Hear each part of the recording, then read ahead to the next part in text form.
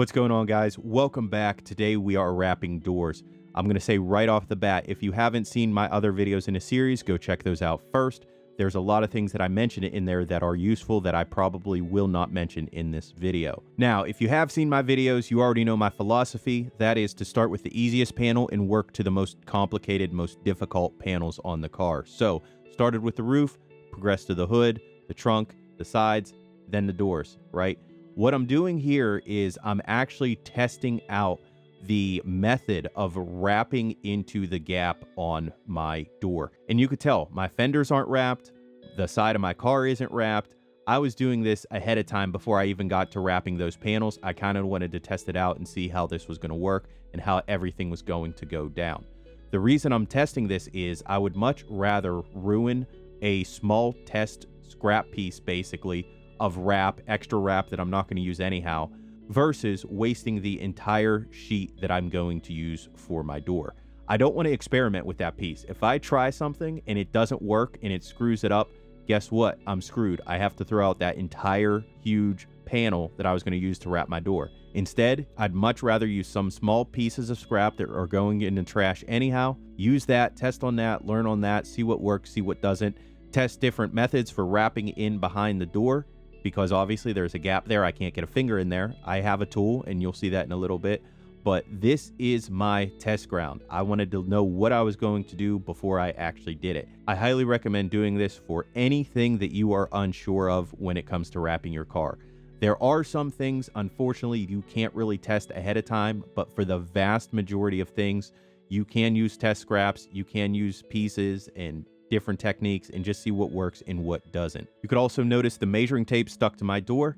That is a standard fabric measuring tape. You could pick it up at any craft store or online on Amazon, wherever. I think Metro Restyling carries them as well, if I'm not mistaken. It's flexible, so you can wrap around different panels and get the correct measurements that you need.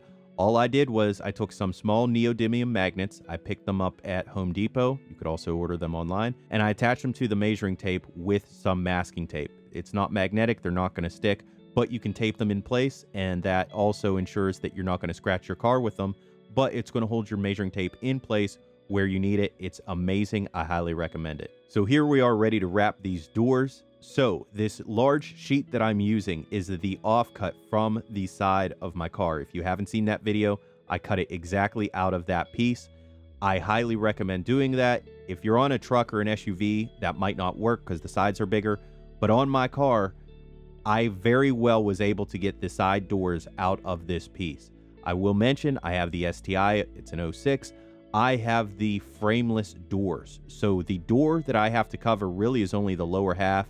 If you have a different car and you want to cover the entire door, including the top window frame and all that in one piece, this may not work for you, but it very well worked for me. So I'm just using the magnets, holding it in place, and then I'm using my snitty tool, my cutting tool, to zip it right down the middle, get both doors out of that large piece. Then you can tell I don't need the windows, right? So guess what?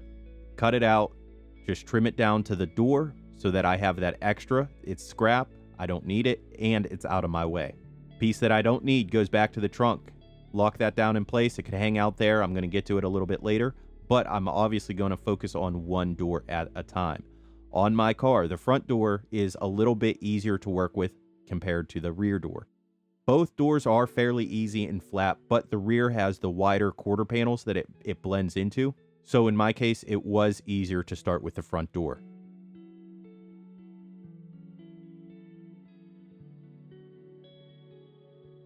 Before I put that piece in place, I'm going to do a final wipe down on this door. Now, I've already cleaned this door countless times.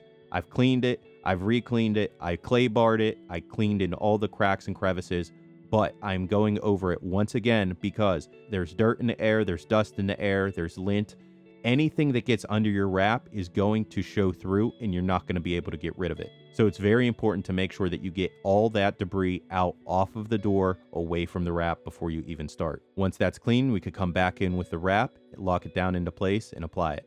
Again, using these magnets. If you don't have these magnets, what are you even doing? Because you're messing up.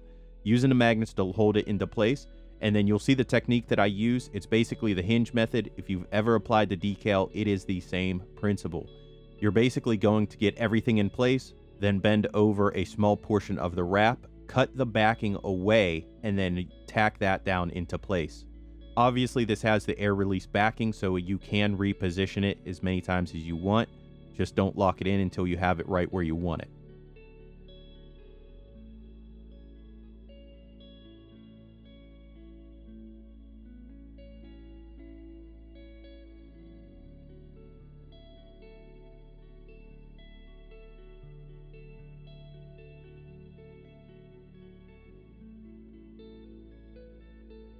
So I'm taking my time, making sure everything is where I want it. I'm working out my tension, and only then am I locking it in place. Now, I'm starting with the highest point on the door. Not necessarily the highest in relation to the car, the closest to the roof, but rather the highest in elevation. On my car, there is this line that comes right off the front fender and carries through the door. You could kind of see it in the video. It shows up even better in person. That line right there is my hinge. So whenever I cut my wrap and applied it, that's what I used, and that's where I'm going with it. That line is going to set the pace for the rest of this wrap. I don't want to try and press into that line. I want to start from that and use it as a starting point. Now, as I work my way down this door, I am just laying the wrap into place. I don't know what it is. A lot of people feel like they always need to stretch wrap, maybe because that's what they see done in YouTube videos. I don't know. You don't want to stretch the wrap unless you have to stretch the wrap. There's no need for it. So there's no tension in this door. There's no curves really that I'm trying to deal with. There's no reason for me to stretch the wrap. So most of it, I'm just laying in place, making sure that I have all the air bubbles out, and then I'm slowly squeegeeing it down with the felt side of my squeegee. Lower on the door, there's this deep recess. It is an accent that goes right through both doors. I'm not going to stretch over that. So if you think of it as a valley, as a canyon, I'm not going to bridge the valley and then try to force the wrap down into that valley. No, I want to lift up the bottom edge, and I want to take my squeegee and slowly press the wrap down into that valley. Basically follow the body line of the car. There's no reason to stretch over a gap if you don't have to. If you're able to, at all able to, always just lay the wrap into those recesses. That will help with the installation and the longevity of the wrap. There are so many wrap jobs that I've seen where there is wrap popping out of gaps that it should have never been stretched into in the first place. You can avoid that just by taking your time, working with the wrap, and laying it into these recesses rather than trying to stretch it across and then force it down into them. As with everything, I'm just taking my time. I'm looking at where the tension is and the wrinkles are, looking at where the air bubbles are, and I'm slowly working all of those out.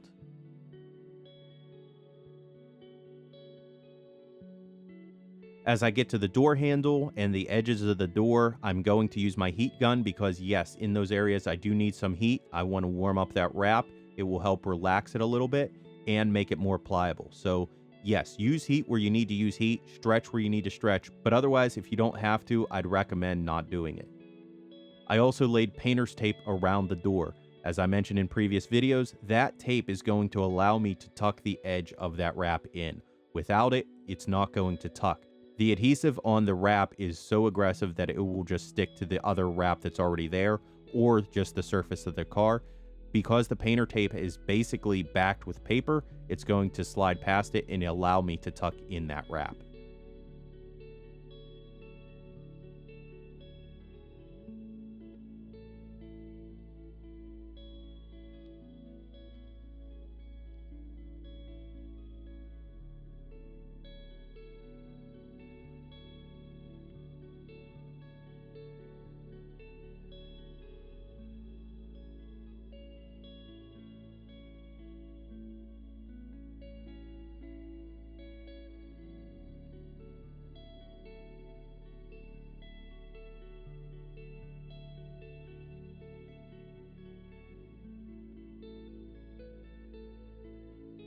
Now, I did get a couple small pieces of grit on the edge of the door. Don't know where it came from, but sometimes it happens. So I'm going back with tweezers and I am able to remove most of it.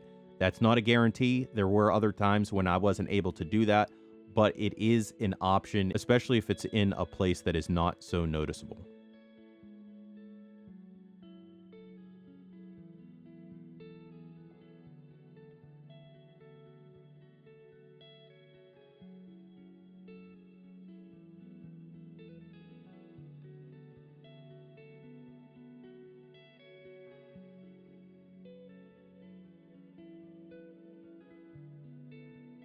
Obviously, I'm hitting the edges with some heat. That is what's going to allow that wrap to lock into place.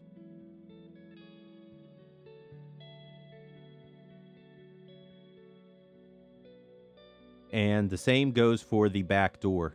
Same process, same everything. As I mentioned, the back door has the wider quarter panel, so you could kind of see that it's a little bit more complex than the front door. But that being said, it's basically the same technique. I didn't really do anything different. I did it exactly the same.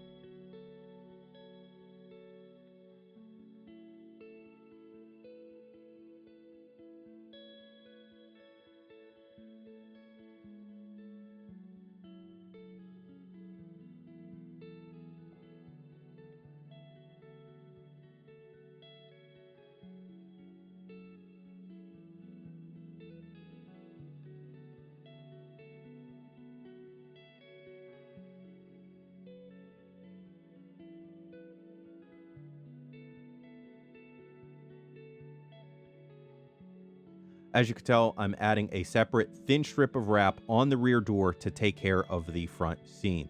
If you look at your door, there is a very aggressive crimp to allow that door to sit flush with the front door. The body line is going to be the same, but that rear door needs to tuck in behind the front. If you've seen a door, you know what I'm talking about. I'm hoping that it shows up in the video, but sometimes video isn't the best for showing complex details. I basically knew that if I tried to do this all in one single piece, I was going to have issues with this seam, and I really didn't want to deal with that. I would much rather have a separate piece in there instead of having it bubble and pop and then mess up the entire door. By adding this separate strip, it allows me to deal with this door in two sections. First, I have the main body of the door, the front panel that you see. That's the most important, that's the vast majority of the panel. Second, by adding this strip in there that takes care of that complex seam, and it's much more pliable than trying to fit it in with the whole main piece of wrap. Basically, long story short, that wrap is not going to be able to make that sharp 90-degree bend on that crimp, as well as the complex curve of the door. It's going to get bunched up, there's going to be excess wrap, it's going to be a nightmare. I'm going to have tension issues. I'd rather not do that. Instead, let me just place in a thin strip. I could deal with that crimp like I need to, and then I could wrap over the edge from the main door onto that. The wrap sticks to itself extremely well. So once I have that piece in there covering up my crimp, then I just tucked over the edge from the front side of the door, the outside of the door, and it's basically seamless. I made sure to go in about a 1/4 inch, so from the outside you don't even see that seam until you open the door. And again, nobody's going to see it unless they're actually looking for it.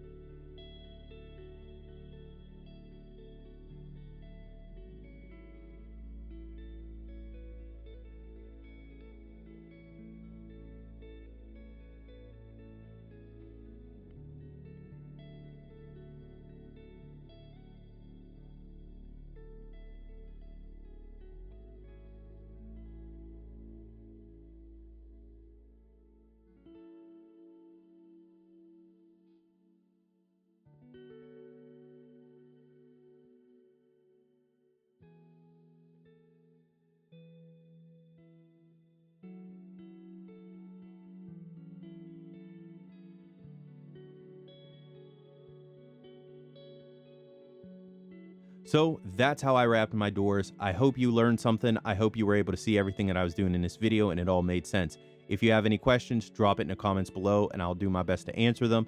With that being said, I'll catch you in the next one.